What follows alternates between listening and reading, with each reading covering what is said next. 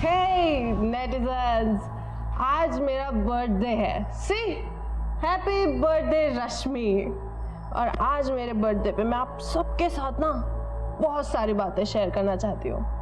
मैं पिछले 3 साल से इंडिपेंडेंट हूँ और मेरा करियर भी एकदम मस्त जा रहा है। लेकिन कभी कभी ना लाइफ की गाड़ी डिरेल हो जाती है, लेकिन मैं उसे सक्सेसफुली ट्रैक पर लेकर आऊंगी क्योंकि I believe in my self. और मैं आप सबको भी ये कहना चाहती हूँ, हमेशा अपने आप पर बिलीव करना, अपनी शर्तों पे जीना। और अरे मैंने बहुत बोल लिया। लेट्स मीट द हॉट चिक निहारिका। कम हाय। अरे इधर आया। ओह गॉड वेट पीछे पीछे। Oh God look at that. क्या कर रही है? बंद कर। Breaking news, womaniser lady boy कहलाने वाले माचो मैन रौनक दरिया है किसी और लड़के की बाहों में। इसीलिए क्या लगता है आप लोगों को?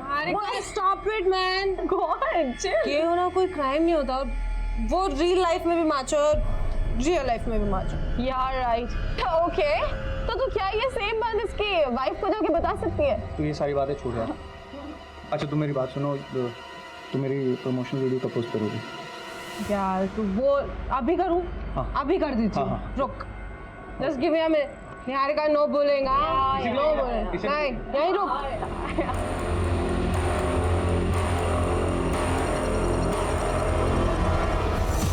अगर मेरा करियर डूब गया ना, मैं तुझे जिंदा नहीं छोड़ूंगा। रौनक पहले बदतमीजी से बात करना बंद करो और आराम से बताओ हुआ क्या है। अभी के अभी मेरा सोशल मीडिया चेक कर जाकर पता चल जाएगा कि कल तूने क्या पोस्ट किया।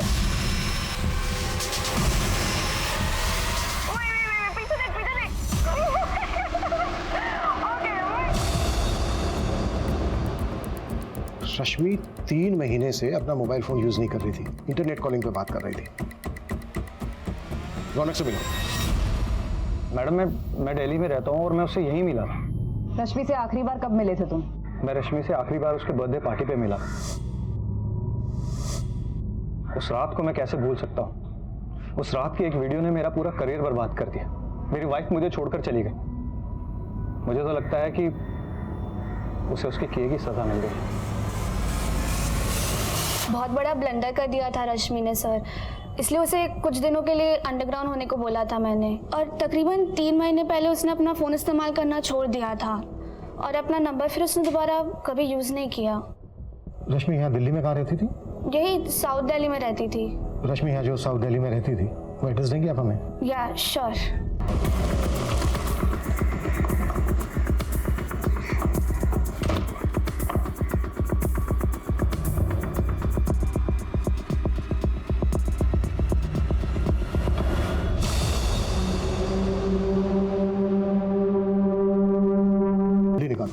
उसके पास तगड़ा मोटिव है मर्डर करने का। आसपास चेक करो कि कोई सीसीटीवी है क्या।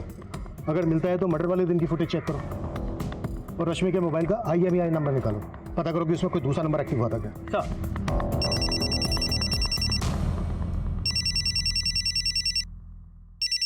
हेलो,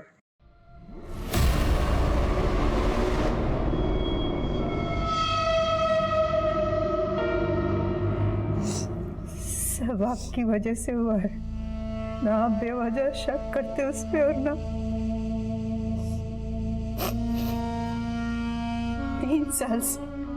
3 साल से हमारी बच्ची इसी शहर में रह रही थी, लेकिन एक बार हमसे मिलने तक नहीं आई।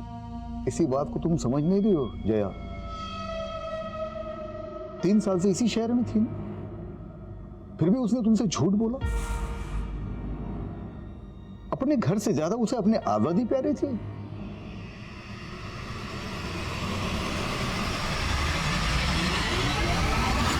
राजू बेटा, तुम अपना और अपनी बहन पिंकी का ख्याल रखना।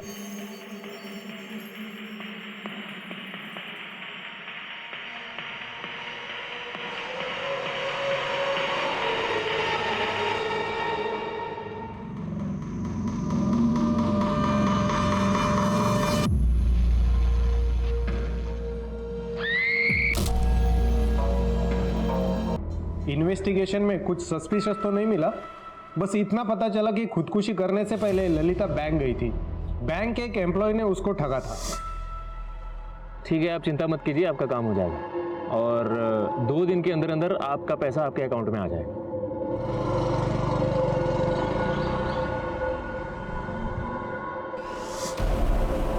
कौन था वो? ये केशव नाम है इसका। इसने ललिता को वादा किया था उनके जमीन पर वो लोन दिलवाएगा, लेकिन जमीन को धोखे से बेच दिया।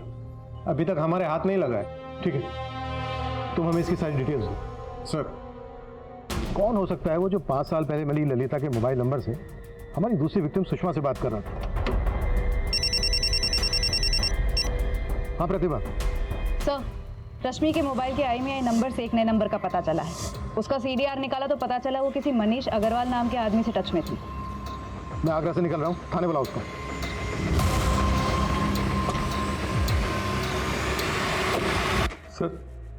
सर रश्मि और मैंने शादी कर ली थी सर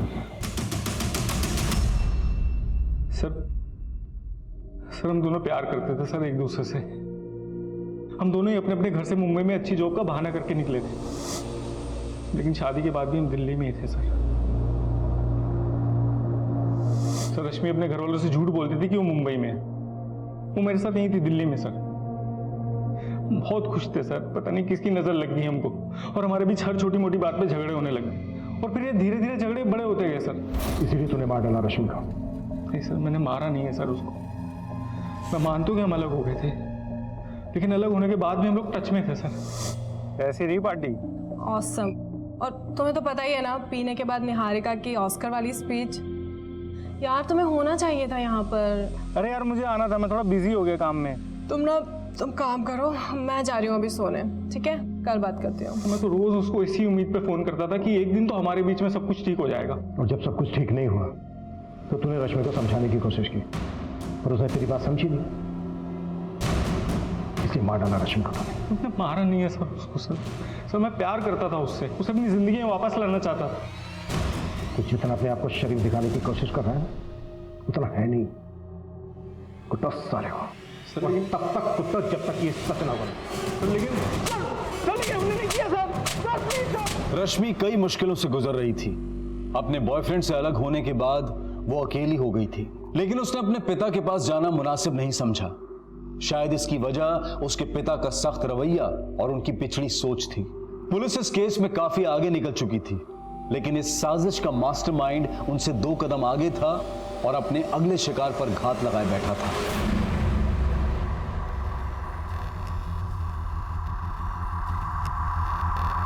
अंजलि बेटा, कितनी देर कर दी? सॉरी माँ, काम थोड़ा ज़्यादा था। बस काम काम काम काम के चक्कर में ना तुम माँ को भूल जाएगी, है ना? अब आप नाराज मत हो। अच्छा, एक काम करते हैं, हम ना आपका दिमाग ठंडा करने के लिए ठंडी ठंडी कुल्फी खाते हैं। यहाँ पास ही में बहुत अच्छी मिलती है। क्या हुआ? कुछ नहीं, चल। कब से बैठ के इंतजार कर रही थी मैं, अब आएगी अब आएगी।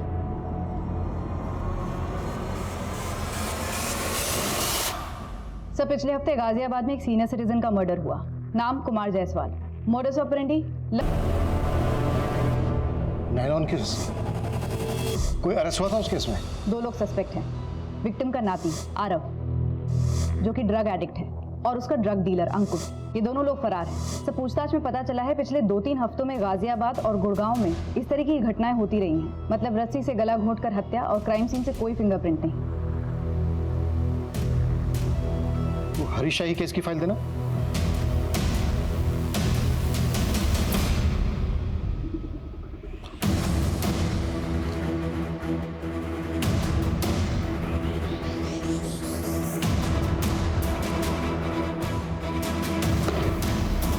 इसमें कोई डाउट नहीं है, गाजियाबाद में हुए मर्डर का हरीश की फैमिली में हुए मर्डर से कनेक्शन है। ऐसी चीजें खंगालो जो इन मर्डर्स में कॉमन है। सब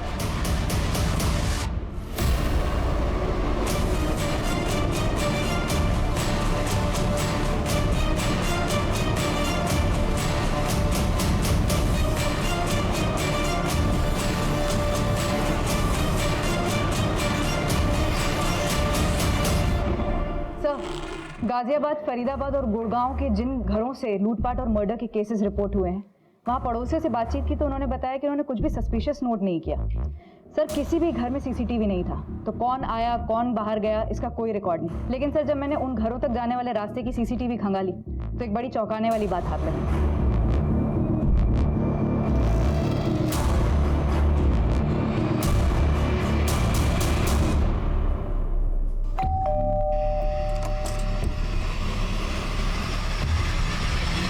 ये गाजियाबाद में हुए मर्डर का हरीश की फैमिली में हुए मर्डर से कनेक्शन है। ये देखो, दोनों ही केसेस में ब्लड टेस्ट करवाए गए हैं, वो भी एक ऐसी कंपनी से जो ब्लड सैंपल घर पर लेने आते हैं। सर इसका मतलब ये गिरोह है जो टेस्ट करने के बहाने घर में घुसता है और क्राइम करता है। हाँ जी जी, वो आपने ब्लड टेस्ट करवाया था ना, तो उसी की रिपोर्ट आई है। रिपोर्ट कब तक आ जाएगी जी? मुझे तो बहुत डर लग रहा है, कहीं मुझे कोरोना ना हो गया हो। माफ करना, आप कोरोना पॉजिटिव हैं। पॉजिटिव? जी हाँ, बट आप चिंता मत कीजिए, ये हमारी टीम है जो आपके घर को सैनिटाइज कर देगी। आओ आ जाओ। अरे आप चिंता मत कीजिए, पूरा घर सैनिटाइज हो जाएगा, डिसइंफेक्ट हो जाएगा। आप टेंशन मत एक मिनट पुत्र, एक मिनट, पहले मैंने बहू की रिपोर्ट तो देखने दे। अबे पापा जी, आप रिपोर्ट देख के क्या करेंगे? वो क्या है ना कि सारी मेडिकल लैंग्वेज है, तो आपको समझ में नहीं आएगी। मैनू सब समझ में आता है, तेनू पता नहीं है पुत्र, मैं अपने पिंड विच ना वैद था, वैद। अबे बुड्ढे, फोन किसको लगा रहा है तू? हाँ, ज्यादा होशियारी कर रहा है तू।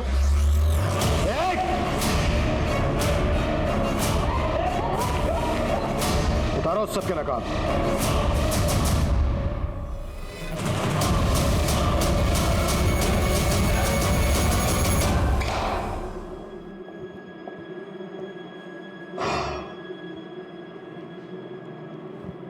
ललिता श्रीवास्तव तुम लोगों की पहली शिकार थी ना, जिसको लूटा तुम लोगों ने, जमीन हड़प ली उसकी।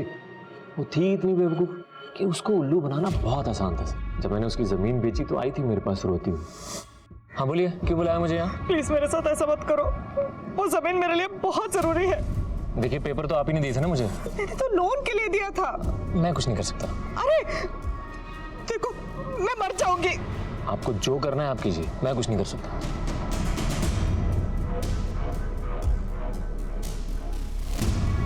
मुझे एकदम भूखी प्यासी।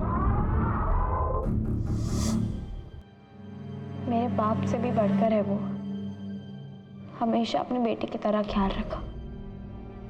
तब से मैं श्याम के साथ ही काम करती हूँ। जब हम लोग घर मार्क कर लेते थे तो उसके बाद अंजलि उस घर में जाकर ये देखती थी कि इस घर में कौन कितने बजे आता है, कितने बजे जाता है, कितने लोग रहते हैं, वो हमें पूरी रिपोर्ट देती थी।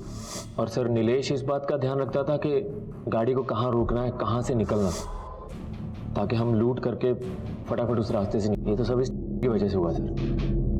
हम लोग एक्चुअली 18 तारीख को उसका घर लूटने वाले थे, लेकिन ये भी पहुंच गया उसके घर पे। तब वो अंजलि के साथ रिक्की पर गया था, तब दिखी थी पहली बार रश्मि। उसको देखते ही मेरा डर ने मुझे देख लिया था।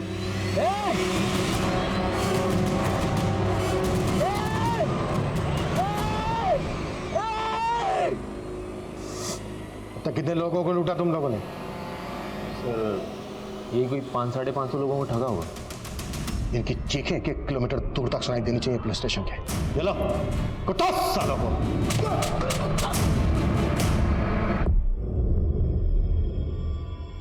कोविड-19 के इस दौर में हमने इंसानियत की कई अनमोल मिसालें देखी, लेकिन कुछ लोग ऐसे भी होते हैं जो महामारी के माहौल को भी अपने फायदे के लिए इस्तेमाल करने से नहीं चूकते, जैसा कि इस केस में श्याम ने किया।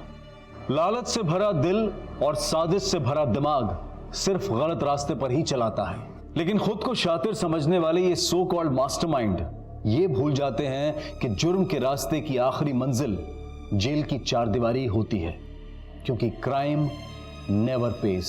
अब मैं अनूप सोनी आपसे विदा लेता हूं, फिर मुलाकात होगी क्राइम पेट्रोल सतर्क में एक और नए केस के साथ। तब तक अपना और अपने परिवार का ख्याल रखें, सतर्क रहें, सुरक्षित रहें और देखते रहें क्राइम पेट्रोल सतर्क।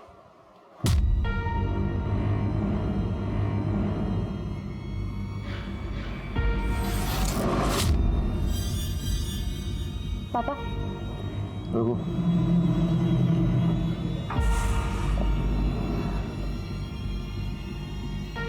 पानी। क्या बात है, आज बिना बोले सारे काम हो रहे हैं? कुछ चाहिए क्या तुम दोनों को? वो प्रियंका को कॉलेज टूर के लिए जाना था, इसके सारे फ्रेंड्स भी। तो जाए, ये काम तुम भी कर सकती हो, मेरा सिर क्यों खा रही हो? वो नेट बैंकिंग का पासवर्ड मैं भूल गई तो अकाउंट ब्लॉक हो गया है। लो दे दो। तुम भी ना।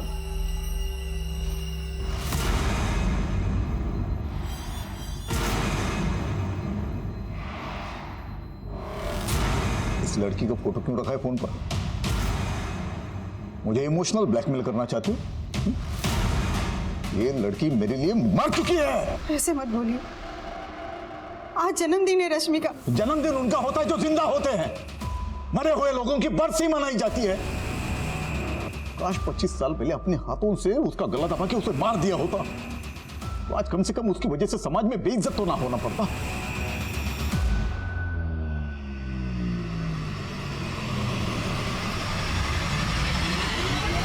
Happy birthday to you.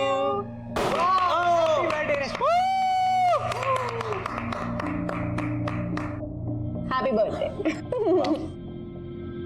Happy birthday. Oh my God, Ronak, this is so beautiful. Thank you so much. Thanks to you. तूने मेरा सोशल मीडिया अकाउंट हैंडल किया और मुझे ये वेब सीरीज मिली। किसी पोस्ट को कैसे वायरल करते हैं ये बंदी जानती है। पोस्ट गाइस सी किसी भी पोस्ट को वायरल या ट्रेंडिंग करने का एक सिंपल फंडा है। बदनाम हुए तो क्या हुआ, नाम तो हुआ ना। पॉइंट है बॉस।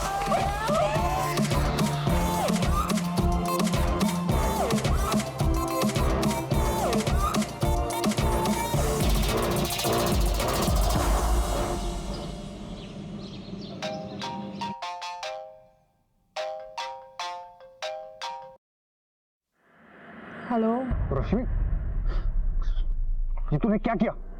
रौनक, एक मिनट, क्या हुआ है पहले ये बता। देख, मेरे सामने नाटक मत कर। मेरी इमेज की तो तूने लगा दी है, और मेरे घर पर जो तमाशा चल रहा है वो अलग। अगर मेरा करियर डूब गया ना, मैं तुझे जिंदा नहीं छोड़ूंगा। रौनक, पहले बदतमीजी से बात करना बंद करो और आराम से बताओ हुआ क्या है। अभी के अभी मेरा सोशल मीडिया चेक कर जाकर, पता चल जाएगा कि कल तूने क्या पोस्ट किया है।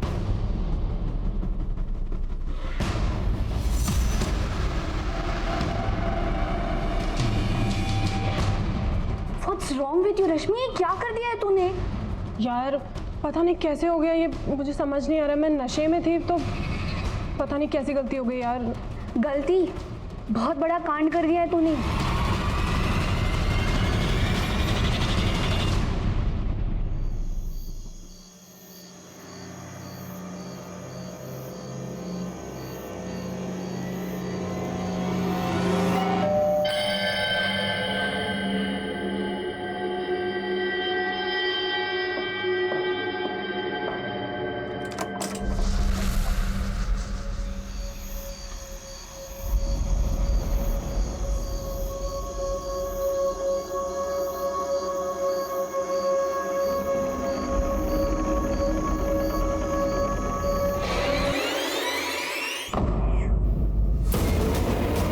तेज बुद्धि है ये तो चेकअप के बाद ही पता चलेगा।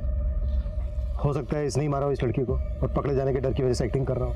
नहीं सर, आसपास लोगों से पूछताछ की थी, वो कई सालों से इसे ऐसे ही देख रहे हैं, यूं ही घूमता रहता है। तो हो सकता है ये सूटकेस इसको कहीं से मिला हो, या फिर ये भी हो सकता है कि किसी ने सूटकेस फेंका और इसने उसको देखा हो। इससे हमें कातिल का हुलिया पता चल सकता है। सर इधर देखिए।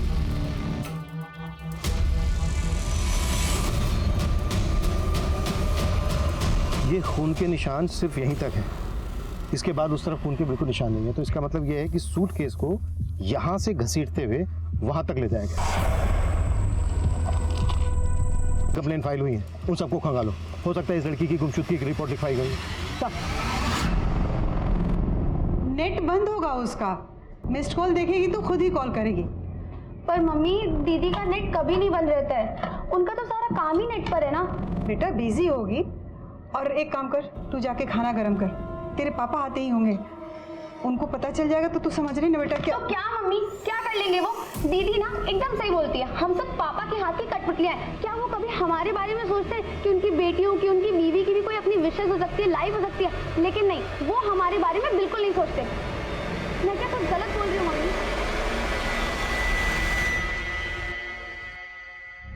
सर, विक्टिम के हाथ पे ये टैटू फ्रेंच लैंग्वेज में है। इसका मतलब है my life my rules. My life my rules. मतलब ये लड़की रेबल टाइप की होगी। वाओ दी, कूल है ना? इसका मतलब है मेरी जिंदगी मेरे नियम, मेरी जिंदगी अपने हिसाब से चलाऊंगी, जैसे कि मैं हूँ। क्या है? ये क्या करती है? मुंह पर तो काली पोत चुकी हो तुम पहले ही, ये हाथ का भी सत्यानाश कर दिया। इसी तरह से ना यहाँ माथे पर लिख दिया हमारे कि नालायक बेटी का मजबूर बाप। पापा ऐसा भी क्या करते? अरे ये क्या कम कर दिया क्या तुमने? हाँ, मिटा दे, मिटा दे, मिटा दे। वो नहीं निकलेगा। अरे कैसे नहीं निकलता है, देखते हम। पापा, दीदी को दर्द होगा। आजा। पापा, पापा, पापा नहीं, पापा प्लीज, दीदी को दर्द हो रहा है, पापा प्लीज। पापा नहीं निकलेगा वो, प्लीज छोड़ दीजिए। याद रखना, ये मेरा घर है, यहाँ सिर्फ मेरे नियम चलेंगे, यहाँ तेरा कुछ नहीं चलेगा।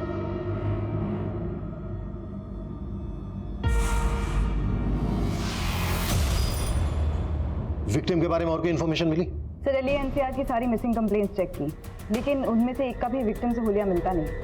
प्रतिभा, एक काम करो, लड़की के हाथ पे जो ये टैटू बनाया है माई लाइफ माई रूल्स, ये टैटू सभी टैटू आर्टिस्ट को दिखाओ। हो सकता है जिस आर्टिस्ट ने ये टैटू बनाया होगा उसके जरिए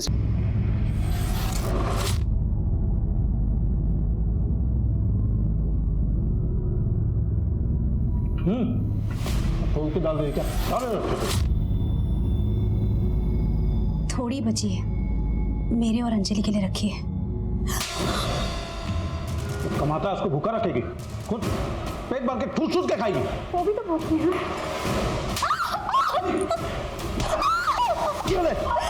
और खाएगी भरा पेट, और चैन से खाने भी नहीं देते।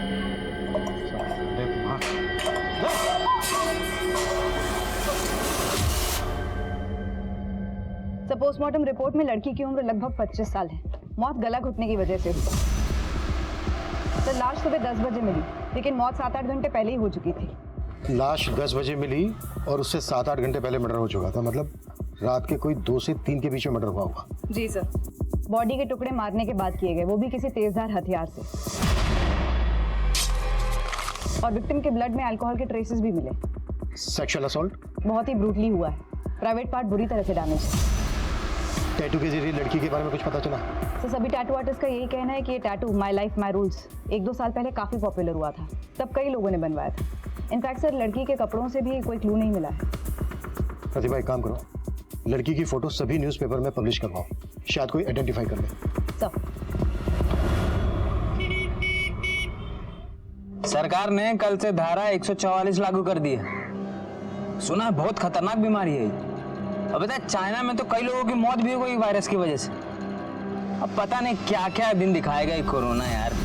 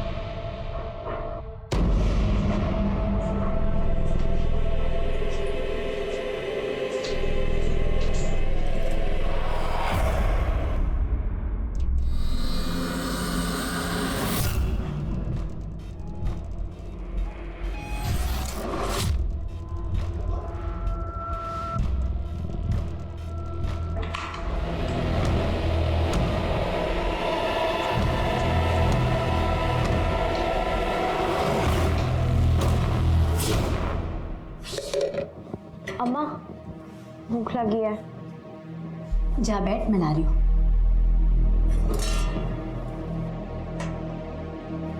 माँ, हाँ, सब्जी नहीं बनी? तेरे बाबा के लिए रखी है बेटा। तू जानती है ना, अगर उन्हें कम पड़ा तो हम दोनों को खा जाएंगे। पता नहीं कब पीछा छूटेगा उस आदमी से। ऐसा नहीं बोलते बेटा, जैसे भी हैं तेरे बाबा हैं और हमें जो भी मिल रहा है ना उन्हीं की वजह से मिल रहा है, समझी? इंदु भाभी, गणेश भाई का एक्सीडेंट हो गया, जल्दी चलिए।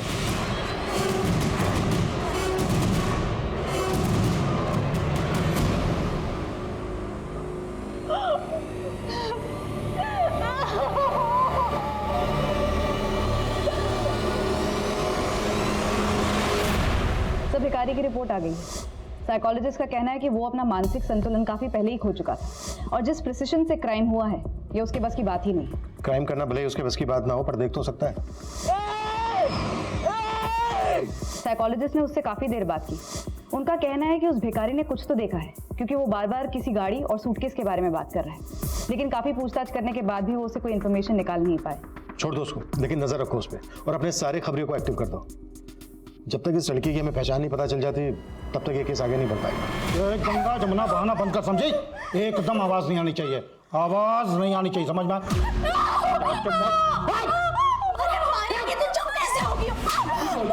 अरे ऐसा नहीं मानोगे तुम लोग, रुक जाओ।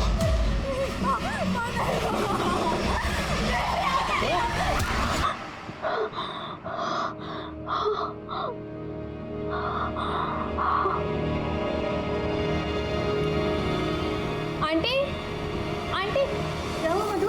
आज का आपने न्यूज़ देखा? नहीं देखा? क्या बात है? आंटी, दिल्ली पुलिस को एक लड़की की लाश मिली है जिसके हाथ पे टैटू बनाए, जैसे रश्मि के हाथ पे बना था। जब मैंने फोटो गौर से देखी तो ये देखिए। ये मेरी रश्मि नहीं है। मेरी रश्मि तो मुंबई में है। क्या हुआ? वो तो 3 साल से दिल्ली आई ही नहीं। अंकल, ये क्या हुआ है बताइए। वो रश्मि दीदी का फोन चोरी हो गया था, तब से उन्होंने नया नंबर नहीं लिया। ठीक है, आप हमें रश्मि का पुराना मोबाइल नंबर और मुंबई का एड्रेस दे दीजिए। आप लोगों की आखिरी बार कब बात हुई थी रश्मि के साथ? 6 दिन पहले बात हुई थी इंटरनेट पर। मुंबई में ही हो प्रियंका, और कहाँ जाऊंगी? रश्मि दीदी, 3 साल हो गए, अब तो घर आ जाओ। देख, मैं उस जेल में वापस नहीं आ सकती, वरना जेलर साहब और पापा मेरी जान ले लेंगे। हम इंटरनेट के थ्रू ही बात किया करते थे। रश्मि कौन सी कंपनी में काम करती थी? कंपनी का तो नहीं पता, लेकिन किसी टैलेंट मैनेजमेंट कंपनी के साथ वो काम करती थी। रश्मि अगर मुंबई में रहती थी तो उसकी लाश यहाँ दिल्ली कैसे पहुंची होगी? मुंबई पुलिस से कांटेक्ट करो और रश्मि की सारी इंफॉर्मेशन निकालो। एक तरफ रश्मि के कातिल की तलाश पुलिस को मुंबई ले गई थी, तो दूसरी तरफ दिल्ली से सटे गाजियाबाद में भी एक बहुत ही बड़ी घटना घटी। सर, ये कुमार जायसवाल का घर है। सर, बड़े दबंग आदमी थे, अपने वार्ड के पार्षद भी रह चुके हैं। सर, अच्छा, घर में लूटपाट जैसे भी कोई घटना घटी है? हाँ सर, पूरा घर बिखरा पड़ा है। सबसे पहले लाश को किसने देखा? सर, इनके पड़ोसी अजीत महतो। साहब, 1-2 दिन से मैंने जायसवाल साहब को नहीं देखा, और जब ये थाली वाला कार्यक्रम हो रहा था उस वक्त भी बाहर नहीं आए। जायसवाल साहब, जायसवाल साहब, अरे बाहर निकलो।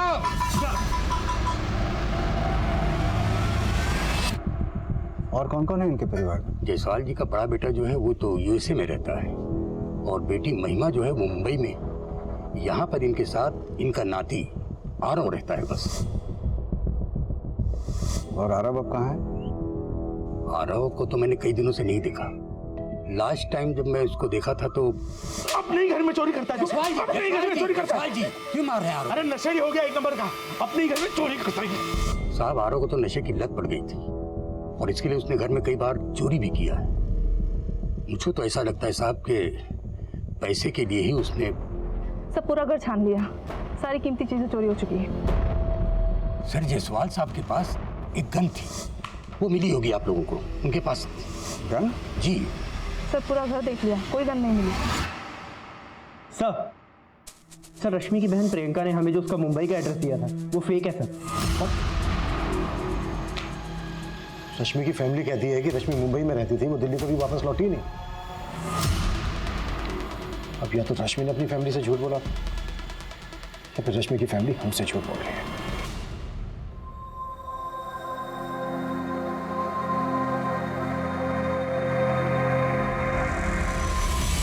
बेटा, मुंबई जाना जरूरी है क्या? हाँ माँ, मेरी ड्रीम जॉब है। जो सैलरी मुझे मुंबई में मिलेगी वो नोएडा।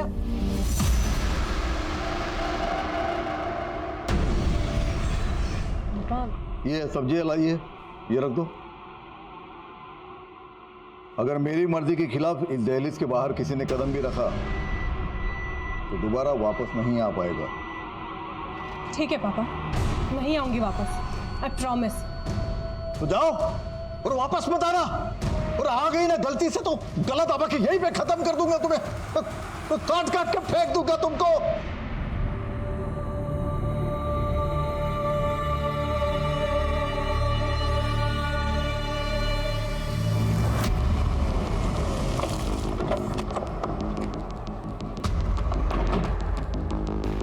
ये क्या बात कर रहे सर आप? हम आपसे झूठ क्यों बोलेंगे भला? देखिए, पहली बात तो मेरी रश्मि से कभी बात होती नहीं थी, ये प्रियंका की बात होती रहती थी। तो प्रियंका तो बता देना उनको। रश्मि जब मुंबई से तुझे फोन करती थी और जब मुंबई में रहती थी, अब कहाँ कहाँ घूमने जाती थी, सब बताती थी ना तुझे, तो बता देना इनको। सर, रश्मि दीदी मुंबई में ही रहती थी, मलाड में। वो दिल्ली में रहती थी, उन्होंने कभी मुझे ऐसा बताया नहीं। और वो मुझसे क्यों झूठ बोलेंगी सर?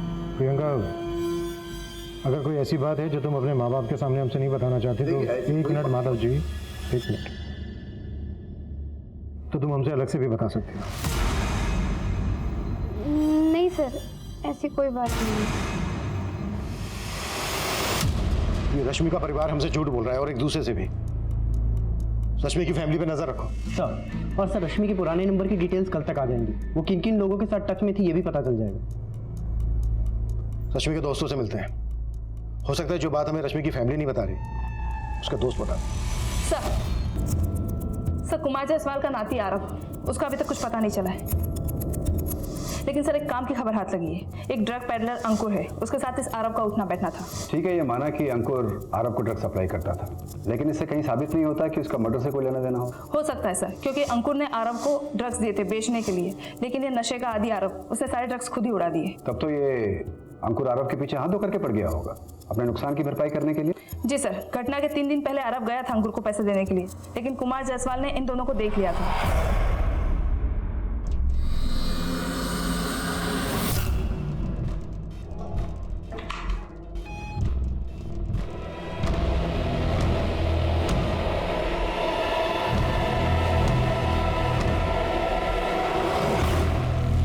नाना जी, वो मैं ये जहर खरीदने के लिए तूने घर से पैसे चुराए? हाँ, यही से कहा तुझे। तू कहाँ जा रहा है? पैसे दे मेरे, वरना गोली मार दूंगा। पैसे दे, पैसे दे, रोक रोक। अपने खबरियों से कहो इस अंकुर की कुंडली खंगा ले। सर, रश्मि के फादर माधव अंकल बहुत कंजर्वेटिव और गुस्सैल आदमी है। ऊपर से वो रश्मि से तो बहुत ज्यादा ही चिढ़ते थे।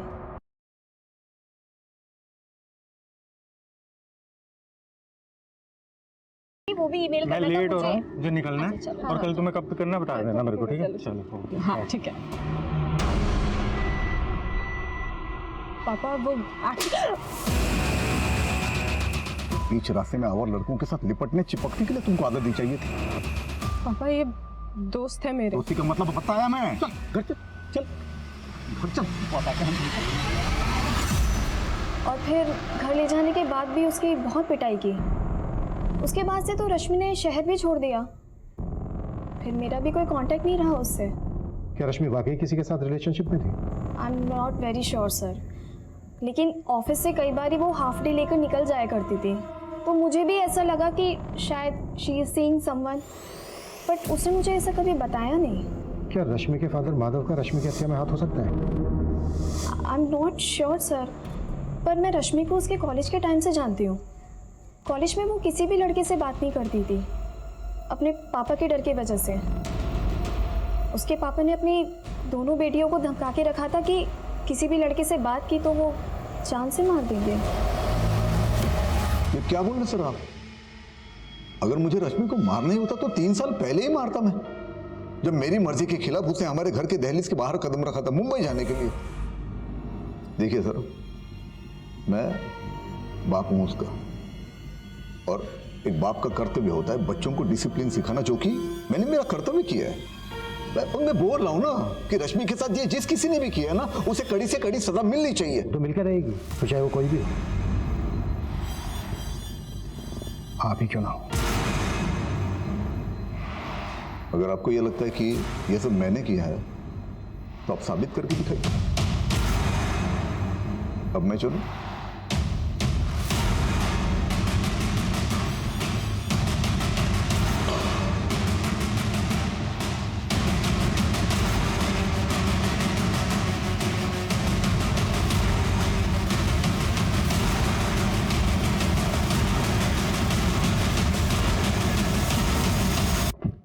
सर, रश्मि के कॉल रिकॉर्ड्स आ गए।